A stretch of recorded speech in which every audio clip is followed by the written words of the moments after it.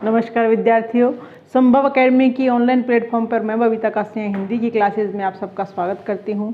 पिछली क्लास में हमने किया था व्यंजनों का वर्गीकरण। व्यंजनों का वर्गीकरण हमने 5 तरह से किया था। थोड़ा सा हम रिवाइज कर लेते हैं, थोड़ा सा हम दोहरा लेते हैं कि सबसे पहले हमने अध्ययन की सरलता के आधार पर 3 तरह के व्यंजन देखे थे: वर्गीय या स्पर्शी व्यंजन, ऊष्म व्यंजन और अंतस्थ व्यंजन। ठीक है। इसके बाद में हमने घोष के आधार पर देखा था, अघोष और सघोष। उसके बाद हमने किया था प्राणवायु के आधार पर। प्राणवायु के आधार पर हमने अल्प प्राण और महाप्राण 2 तरह के व्यंजन देखे थे। इसके बाद में हमने किया था उच्चारण के आधार पर हमने 8 तरह के व्यंजन देखे थे। और उसके बाद उच्चारण स्थान के आधार पर हमने मुख्य जो हैं वो 5 व्यंजन, कौन कौन से? कंठ, तालु, मूर्धा, दंत और ओष्ठ, ये सब हमने कर लिया था। ठीक है। आज की क्लास में हम क्या करने वाले हैं?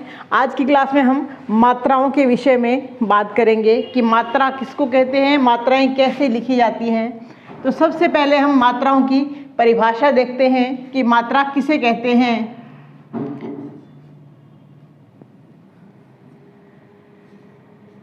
स्वरों का संकेत के रूप में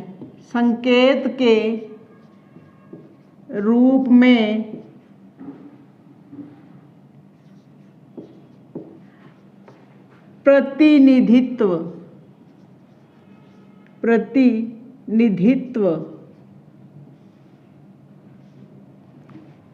करने वाले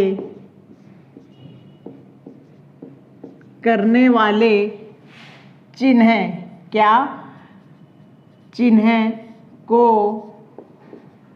मात्रा कहते हैं।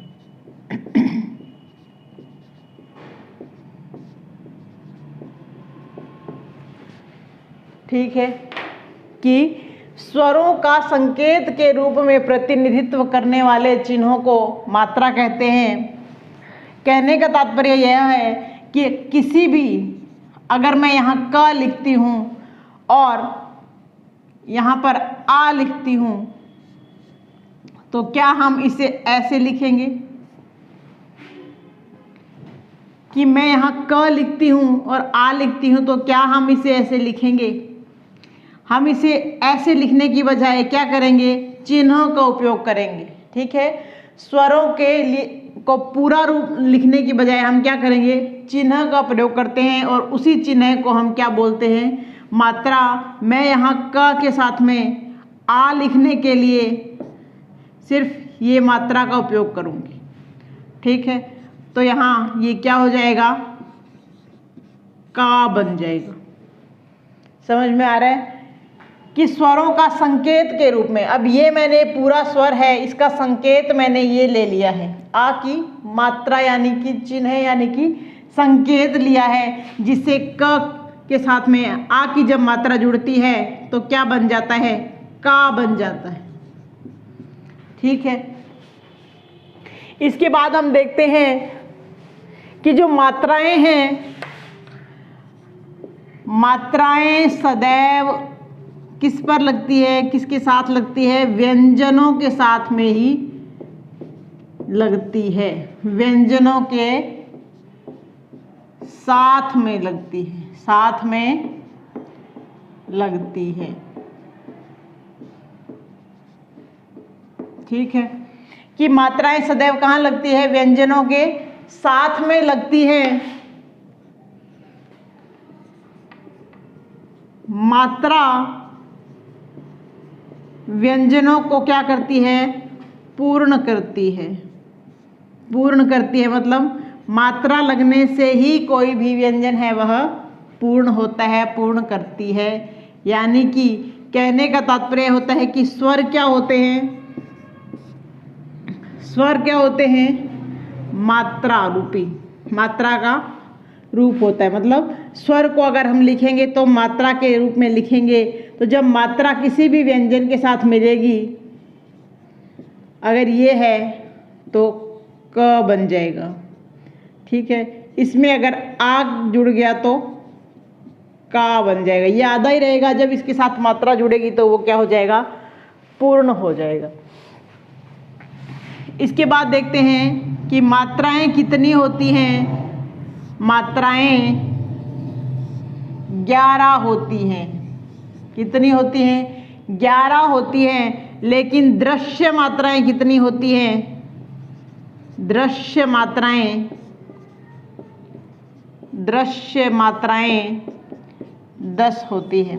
अब ये जो दृश्य मात्राएं कौन सी होती है, तो देखते हैं कि जो अ है वो कभी मात्रा के रूप में नहीं लिखा जाता है। अ सदैव व्यंजन का निर्माण करता है, किसी भी व्यंजन को पूर्ण करता है, इसकी कोई मात्रा नहीं होती है। अ सदैव उदासीन स्वर है। कैसा स्वर है? उदासीन स्वर है। ये क्या करता है? ये कोई मात्रा नहीं है। मात्रा नहीं है मतलब दृश्य मात्रा नहीं है, दिखता नहीं है ये कोई। ठीक है, इससे लगी हुई मात्राएं क्या दिखती नहीं है, दृश्य मात्रा नहीं है। क्या नहीं है? दृश्य मात्रा नहीं है। अदृश्य मात्रा, जैसे दृश्य मात्रा का क्या मतलब हुआ कि अगर मैं का लिखती हूं तो इसमें हमें पता चल रहा है कि आ की मात्रा लगी हुई है, लेकिन जब मैं क लिखती हूं तो ये कोई मात्रा नहीं है, ये स्वयं ही एक पूर्ण व्यंजन है। ठीक है, अभी हम देखते हैं कि दृश्य मात्राएं कौन कौन सी होती है। पहले हम लिखेंगे 11 स्वर कौन से होते हैं। अ, आ, ई, उ, री, ए, ऐ, ओ और औ। ये कितनी मात्राएं हो गई? हमारे पास कितने स्वर हो गए हैं? 11 स्वर हो गए। ठीक है, ये कितने स्वर हो गए हैं? 11 स्वर हो गए हैं।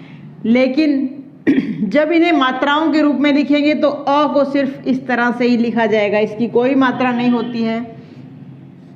आ की मात्रा ये है, ई की मात्रा ये, छोटी ई, बड़ी ई, छोटा ऊ, बड़ा ऊ।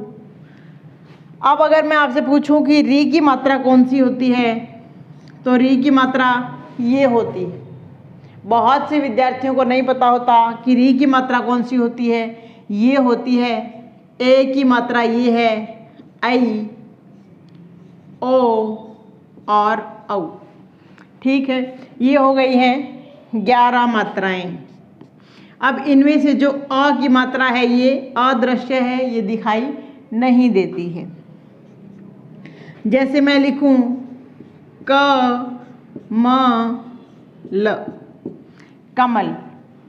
ठीक है, अब इसके अंदर आपको यहाँ कोई मात्रा नहीं दिख रही है। ठीक है, और मैं यहाँ लिख लूँ क, म, ला। अब इसमें आ में आपको, ला में आ की मात्रा दिख रही है और इनमें कोई भी मात्राएं नहीं दिख रही है। अब हमने हिंदी में जब अभी हमने स्वरों का वर्गीकरण किया था तो हमने 3 तरह के स्वर देखे थे। अभी यहाँ मुख्य रूप से हम 2 स्वर देख रहे हैं। ह्रस्व स्वर, जिसको छोटी मात्रा भी कह सकते हैं हम, छोटी मात्रा, और दीर्घ स्वर यानी कि बड़ी मात्रा। ठीक है, ह्रस्व स्वर यानी कि छोटी मात्रा, दीर्घ स्वर यानी कि बड़ी मात्रा। छोटी मात्रा में कौन कौन से स्वर आते हैं? अ, ई, उ और री। ठीक है, छोटी मात्रा में ये 4 स्वर आते हैं जिनको हम ह्रस्व स्वर भी कहते हैं। बड़ी मात्रा में आ, ई, उ, ए, ऐ, ओ और औ, ये 7 स्वर आते हैं। ये 7 मात्राएं दीर्घ मात्रा होती है जिनको दीर्घ स्वर भी बोलते हैं, और 4 मात्राएं छोटी मात्राएं होती है जिनको कि छोटी मात्रा भी बोलते हैं। बड़ी मात्रा और छोटी मात्रा दोनों के चिन्ह इस तरह से होते हैं। बड़ी मात्रा के लिए, छोटी मात्रा के लिए हम एक यानी कि छोटी मात्रा यानी एक मात्रा, बड़ी मात्रा यानी कि 2 मात्रा, इसको हम ये अवग्रह चिन्ह कह सकते हैं या एस का निशान कह सकते हैं। इससे हम इसको देखते हैं, ठीक है। इसके बाद हम देखते हैं कि मैं यहाँ कहूँ, मैंने लिखा है कमल,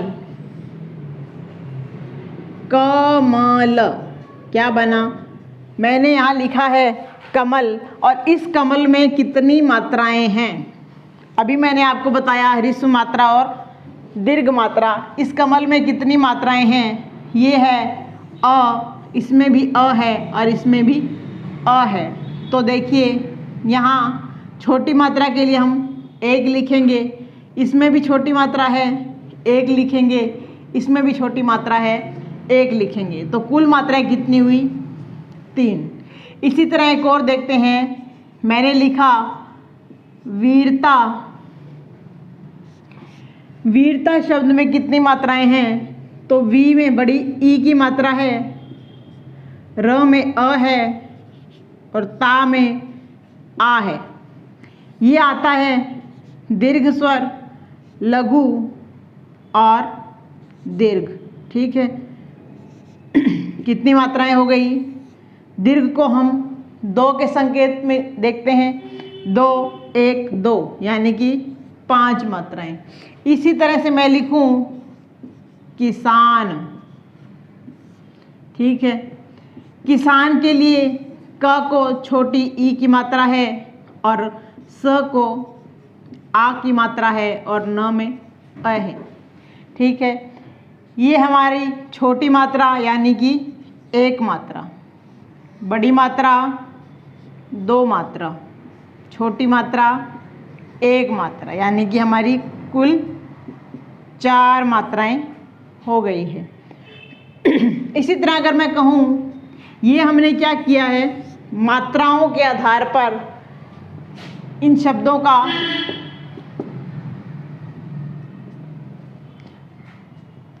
वर्गीकरण किया है। मात्राओं की अगर आपसे प्रश्न पूछा जाए कि कमल में कितनी मात्राएं हैं, वीरता में कितनी मात्राएं हैं, किसान में कितनी मात्राएं हैं, तो ये मात्रा के आधार पर हमने इसका वर्गीकरण देखा है। अभी हम इसका वर्ण विच्छेद करके देखते हैं। ये हमने मात्राओं के आधार पर इसका विच्छेद किया, अभी वर्ण विच्छेद करेंगे। वर्ण विच्छेद करने के लिए क्या करते हैं? किसी भी वर्ण के टुकड़े करने पर उसका वर्ण विच्छेद होता है, ठीक है। मात्राओं का जो विच्छेद हम देखते हैं उसमें मात्राएं कितनी लगी हुई है वो देखा जाता है, किंतु वर्ण विच्छेद करने के लिए वर्ण को तोड़ते हैं, उसके टुकड़े किए जाते हैं। जैसे क है, क, अ, म आधा होगा, अ, ल और अ। अब मैं कहूँ कि इसमें कितने वर्ण हैं? 1 2 3 4 5, इसमें 5 वर्ण हैं। किसी भी शब्द के अगर अंत में अ है तो उसकी गणना नहीं की जाती है। किसी भी शब्द के अंत में अगर अ है तो उसकी गणना नहीं की जाती है। अगर यहाँ वर्ण पूछे तो 1 2 3 4 और 5 वर्ण ही होंगे, ठीक है। आगे देखते हैं वर्णों को स्वर से रहित करना। वर्णों को स्वर से रहित कैसे किया जाता है? अभी हमने मात्रा देखी थी, मात्रा के आधार पर व्यंजनों को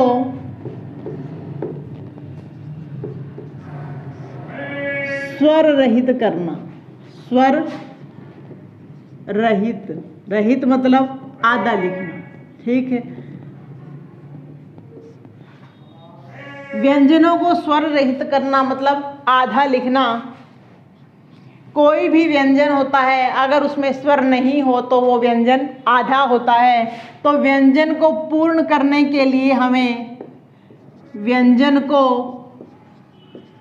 पूर्ण करने के लिए स्वर की आवश्यकता होती है। किसकी आवश्यकता होती है? स्वर की आवश्यकता होती है। ठीक है। व्यंजन को पूर्ण करने के लिए स्वर की आवश्यकता होती है। इसके कुछ नियम हैं। ठीक है, इसके कुछ नियम हैं जिन्हें हम देखते हैं। सभी व्यंजन पूर्ण जो हैं वो स्वर से रहित किए जा सकते हैं। सभी व्यंजन स्वर से रहित किए जा सकते हैं, लेकिन ताड़न जात जो वर्ण हैं, ताड़न जात वर्ण कौन कौन से हैं? अड़ और अढ़। कौन से हैं? अड़ और अढ़, जिनको कभी भी स्वर रहित नहीं किया जा सकता। क्या? इन्हें स्वर रहित नहीं किया जा सकता। ये प्रश्न आता है और आपसे पूछ लिया जाता है कि कौन से वर्ण हैं जिनको स्वर रहित नहीं किया जा सकता। तो ये दो वर्ण हैं, अड़ और अढ़, जिनको स्वर रहित नहीं किया जा सकता। ठीक है। संभव एकेडमी के ऑनलाइन क्लासेस और ऑफलाइन क्लासेस दोनों में ही बहुत ही अनुभवी शिक्षकों के द्वारा जो पाठ्यक्रम है उसे चलाया जा रहा है। तो आप भी संभव एकेडमी के ऑनलाइन और ऑफलाइन प्लेटफॉर्म से जुड़ें और अधिक से अधिक लाभ उठाएं। इसका पहला नियम क्या है कि वे वर्ण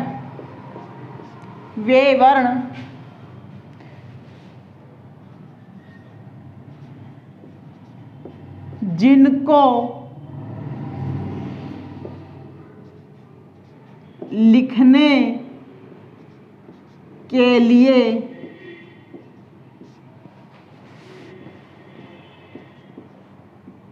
खड़ी पाई से प्रारंभ तो करते हैं, प्रारंभ तो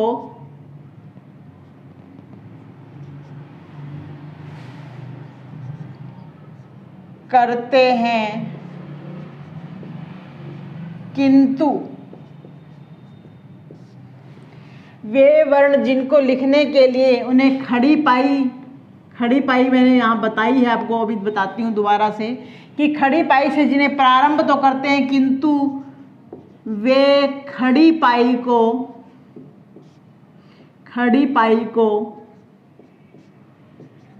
लांघ कर नहीं जाते। देखिए, व्यंजनों को स्वर रहित करने का पहला जो नियम है वो यह है कि किसी भी वर्ण को लिखने के लिए हम क्या करते हैं? ये क्या है? मैंने पहले बताया था आपको, ये क्या है? शिरोरेखा। किसी भी वर्ण के ऊपर के सिर पर जो रेखा लगती है उसे शिरोरेखा कहा जाता है। उसे क्या कहा जाता है? शिरोरेखा कहा जाता है। और ये क्या है? खड़ी पाई। मैंने अभी लिखा खड़ी पाई। व्यंजन कितने होते हैं? 33 व्यंजन होते हैं। कितने व्यंजन होते हैं? 33 व्यंजन होते हैं, किंतु इनमें से 22 ऐसे व्यंजन हैं। कैसे व्यंजन? 22 ऐसे व्यंजन हैं जो इस खड़ी पाई से शुरू तो होते हैं लेकिन इसे लांघ कर पार नहीं जाते। नहीं समझे? दोबारा देखिए, मैं लिखूं घ, ठीक है, मैं लिखूं म, मैं लिखूं न, मैंने लिखा च। अब इसका क्या मतलब हुआ? इसका मतलब हुआ कि ये क्या है? खड़ी पाई है। ये व्यंजन शुरू होकर यहाँ तक तो आ गए हैं, लेकिन क्या इन्होंने खड़ी पाई को पार किया है? पार करना, लांघना मतलब इस तरफ जाना। क्या मैं ऐसे आया है? क्या ना ऐसे आया है? क्या च ने पार किया है? जी नहीं। तो इस तरह के कितने वर्ण हैं?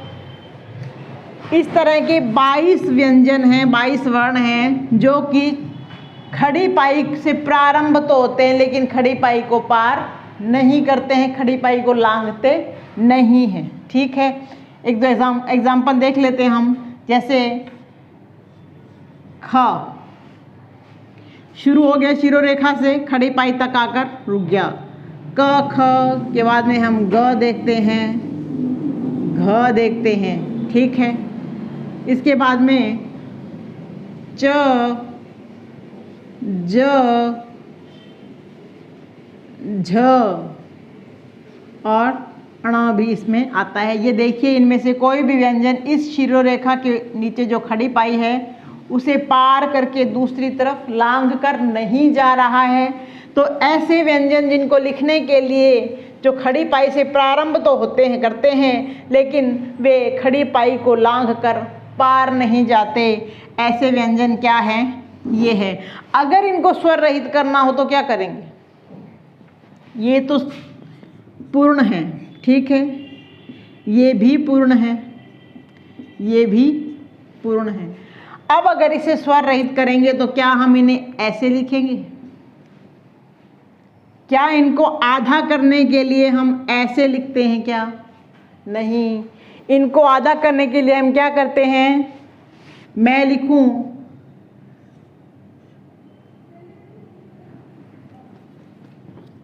ख को हम ऐसे आधा लिखते हैं। ठीक है, यहाँ तक आएगा, बस इसकी जो खड़ी पाई है वो हट जाएगी।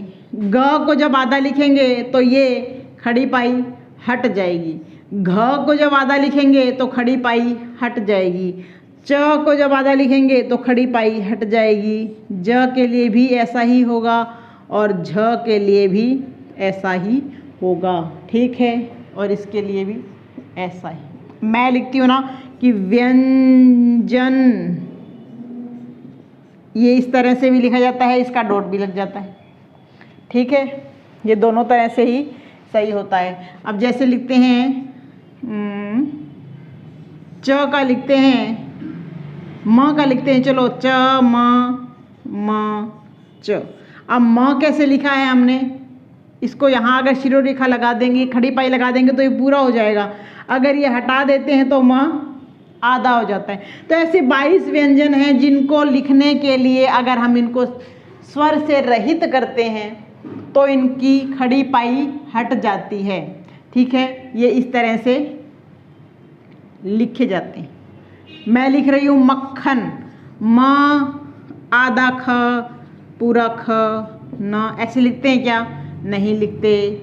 म आधा क, ठीक है, ऐसे लिखते हैं मक्खन क।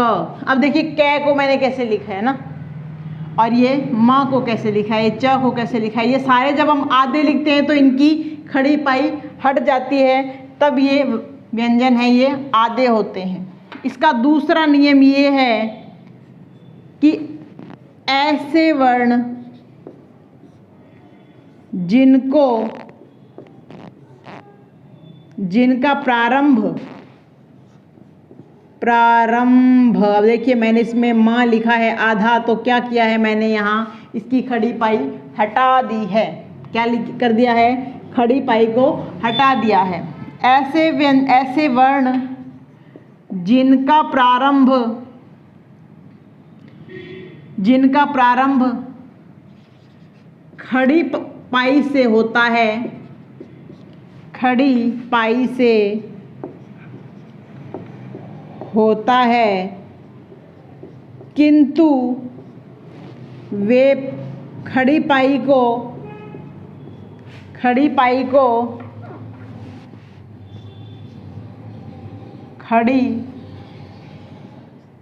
लांघ कर पूर्ण होते हैं। ऐसे पूर्ण नहीं होते हैं, लांघ कर ही पूर्ण होते हैं। पूरे तभी लिखे जाएंगे जब वो खड़ी पाई को लांघ लेते हैं। तो लांघ कर पूर्ण होते हैं।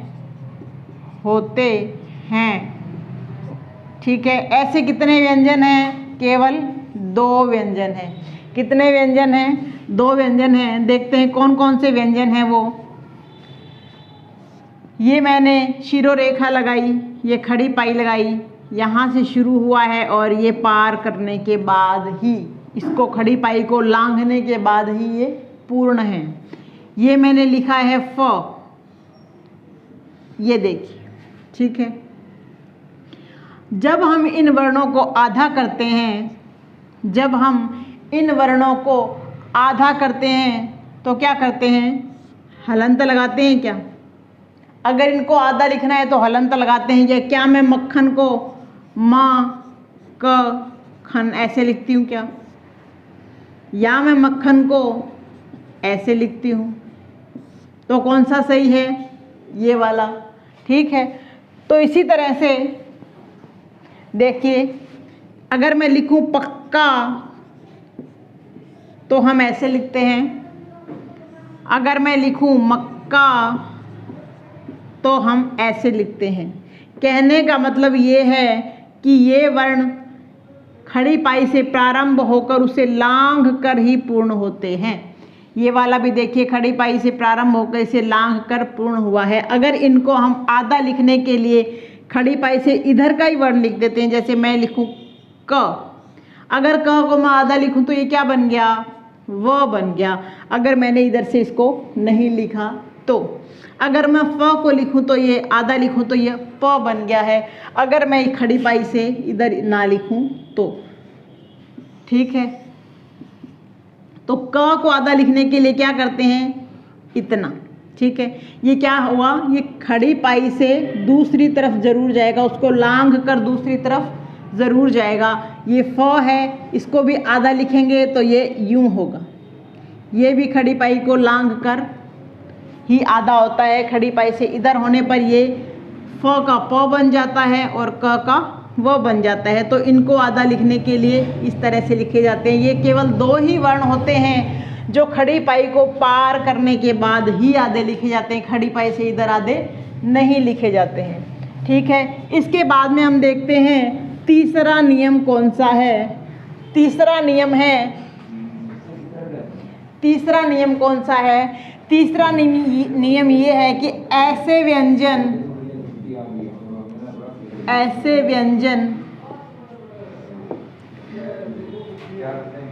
जिनको लिखने के लिए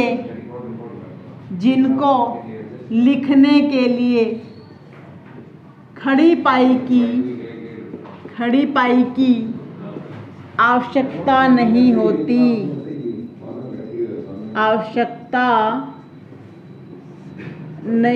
होती, ठीक है।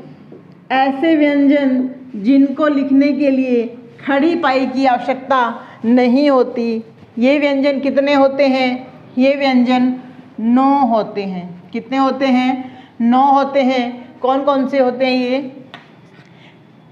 खड़ी पाई की आवश्यकता नहीं होती, कहने का मतलब ये है कि शिरोरेखा तो लगेगी। जैसे कि मैं लिखूं ड, अड़, छ, क्या हम इनके लिए खड़ी पाई का उपयोग कर रहे हैं? जी नहीं। इनको लिखने के लिए पेन को गोल घुमाना पड़ता है। इनको लिखने के लिए पेन को गोल घुमाना पड़ता है। इसके लिए खड़ी पाई की आवश्यकता नहीं होती। अड़, छ, ट, ठ, ड और ढ, द, र और ह, ठीक है। ये कितने वर्ण हो गए? ये 9 वर्ण हो गए हैं। कितने वर्ण हो गए हैं? 9। देखिए 9 वर्ण हो गए हैं। 9 ऐसे वर्ण हैं जिनको लिखने के लिए खड़ी पाई की आवश्यकता नहीं होती है। इनको लिखने के लिए केवल पेन को गोल घुमाना पड़ता है। इन वर्णों को आधा नहीं किया जा सकता। क्या? इन वर्णों को या इन व्यंजनों को आधा नहीं किया जा सकता है। व्यंजनों को आधा नहीं किया जा सकता। अब आधा नहीं किया जा सकता तो क्या करेंगे? आधा नहीं किया जा सकता तो हम इसके क्या करेंगे? हलंत लगा देंगे। क्या करेंगे? हलंत लगाने से ये आधे होंगे। इनको वैसे आधा नहीं लिखा जा सकता, आधा नहीं किया जा सकता, नहीं किया जा सकता। इनको आधा करने के लिए हलंत का उपयोग किया जाता है। हलंत का मतलब जो वर्ण के नीचे ये रेखा लगी होती है इसे हलंत बोलते हैं। इससे वर्ण है वह आधा हो जाता है। ठीक है, इससे वर्ण क्या हो जाता है? आधा हो जाता है। तो इन वर्णों के, इन 9 वर्णों के जिनको लिखने के लिए पेन को गोलाई में घुमाना पड़ता है, इनके नीचे हलंत लगा होता है, इन्हें आधा नहीं किया जा सकता है। ठीक है, इसके बाद हम देखते हैं र। र को हम र के अलावा और क्या कह सकते हैं? र को हम र के अलावा क्या कहते हैं? ये प्रश्न आता है कई बार एग्जाम में कि र का अन्य नाम कौन सा होता है, तो इसे हम रेफ कह सकते हैं। क्या कह सकते हैं? रेफ, रेफ, रेफ कह सकते हैं। ठीक है, र को हम रेफ कह सकते हैं। र को 4 तरह से लिखा जा सकता है। कितनी तरह से? 4 तरह से। अब ये र मैंने लिखा है, ये पूर्ण र है। कैसा र है? पूर्ण, यानी कि स्वर सहित है। ठीक है, क्या है? स्वर सहित है। इसके बाद में हम इसे लिख सकते हैं खड़ी पाई के यहाँ। ठीक है, जैसे मैं लिखूं प्रकाश, तो इसके अंदर क्या है? ये प आधा है, र पूरा ही रहेगा, र पूरा ही रहेगा। इसके बाद में इसको लिखेंगे ऐसे। ठीक है, ऐसे लिखेंगे। ऐसे का मतलब जब ट, अभी मैंने आपको बताया था ना कि जो वर्ण गोलाई में लिखे जाते हैं, पेन से जिनको लिखने में पेन है वो गोलाई में चला जाता है, उन्हें लिखने के लिए हम हलंत लगाते हैं ऐसे। हलंत के साथ में ये र लगता है। अब आपको पेपर में, एग्जाम में ये पूछा जाए कि इनमें से र कौन सा है, तो ये वाला र है, ये वाला हलंत है। ठीक है, ये र है, ये हलंत है, ये क्या है? हलंत है। यानी कि ट तो आधा है लेकिन र क्या है? पूरा है। जैसे हम लिखते हैं ट्रक, जैसे हम लिखते हैं ड्रम। ठीक है, इस तरह के जो शब्द होते हैं इसके अंदर ये र होता है, ये हलंत होती है, और जो ट है ये क्या होता है? आधा होता है। आपको प्रश्न में पूछ ले कि इनमें से कौन सा जो वर्ण है वो आधा है, तो वो ट है। जो आधा है र होगा वो पूर्ण होगा। इसके बाद में आता है कि ये वाला र, ये वाला र स्वर से रहित है। क्या है? स्वर से रहित है। कहने का मतलब ये है, कहने का मतलब ये है कि जो वर्ण, जो वर्ण यानी कि र शिरोरेखा के नीचे लगता है, जो र शिरोरेखा के नीचे लगता है वो सदैव कैसा होता है? वह सदैव पूरा होता है। कैसा होता है? पूरा होता है। पूरा र होता है, पूरा होता है। ठीक है, हमने 3 र देखे थे, तीनों र पूर्ण थे। ठीक है, इसके अलावा जो र शिरोरेखा के ऊपर लगता है, जो र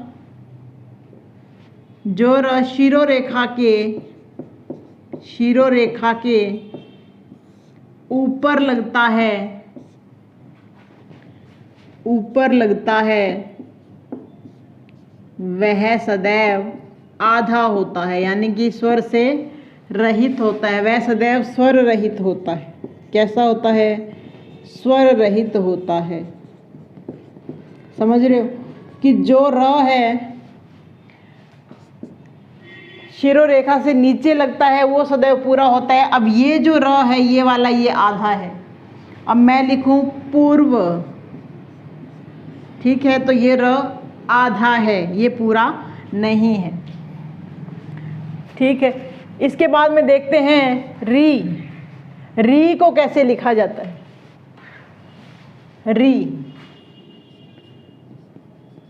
री की मात्रा कैसे लगती है? री की मात्रा सदैव ऐसे लगती है। री की मात्रा सदैव ऐसे लगती है। मैं कहूं कि पृथक, क्या? पृथक गृह, हम इसको बोलते हैं ग्रह। ग्रह नहीं होता, ग्रह होता है तो वो ये होता है, ये वाला, ठीक है। गृह होता है ये, क्योंकि इसमें री लगा हुआ है, गृह, ठीक है। पृथक होता है क्योंकि इसमें री स्वर लगा हुआ है, इसलिए पृथक होता है, ठीक है। आज की क्लास में इतना ही। आगे की क्लास में हम देखते हैं कि शब्दकोश के आधार पर हम जो व्यंजन हैं उनको कैसे देखते हैं, कैसे उनका वर्गीकरण करते हैं कि शब्दकोश में व्यंजनों को कैसे देखा जाता है। तो संभव एकेडमी के ऑनलाइन प्लेटफॉर्म पर मैं बबीता कासनिया हिंदी की क्लास में फिर से मिलूंगी आप सबके साथ। तब तक के लिए धन्यवाद।